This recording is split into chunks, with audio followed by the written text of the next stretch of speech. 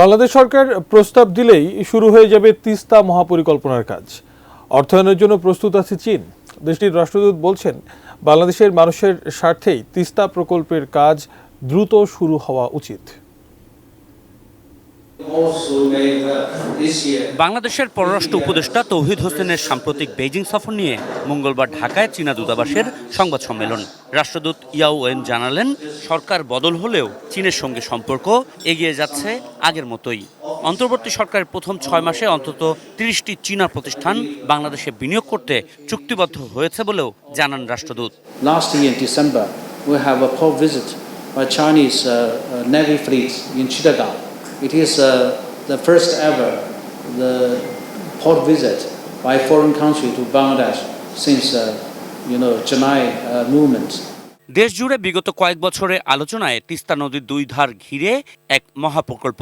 রাষ্ট্রদূত ইয়াওয়েন জানালেন, 2021 সালে তখনকার আওয়ামী লীগ সরকারের সঙ্গে এই আলোচনা শুরুর পর চীন একটি আনুষ্ঠানিক প্রস্তাব চেয়েছিল, যা এখনো দেয়নি Bangladesh. So actually we got the request from previous government in the year 2021. It is a huge project.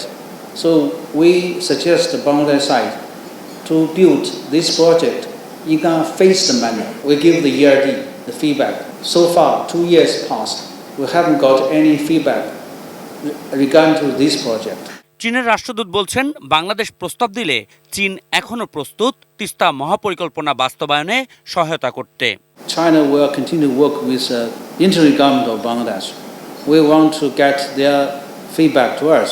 So China will start our procedures as to support this project. Whether this project done by China or by Bangladesh side. Shiny চুলে এখন হবে সব hairstyle. সিল্কোর দ্বিগুণ shiny চুল প্রতিদিন। We just want this project to be started as soon as possible so as the people will benefit from this project. বাংলাদেশের বর্তমান সংস্কার কার্যক্রমকে শুভ কামনা জানালেও এটিকে অভ্যন্তরীণ বিষয় বলে অভিহিত করেন রাষ্ট্রদূত। পাশাপাশি ঢাকা ও দিল্লির সম্পর্ক নিয়ে করা এক প্রশ্নের জবাব এড়িয়ে রাষ্ট্রদূত ইয়াওয়েন বলেন, এটা দ্বিপাক্ষিক বিষয়, চীনের বিষয় না। চীন শুধু প্রত্যাশা করে বাংলাদেশ ভারত দুই দেশের চেষ্টাই সম্পর্ক স্বাভাবিক হবে।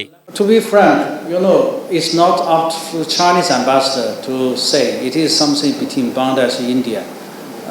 We wish, the issue could be solved through bilateral, consultation through bilateral way. Ashikur Rahman Apu, এটি নিউজ, ঢাকা।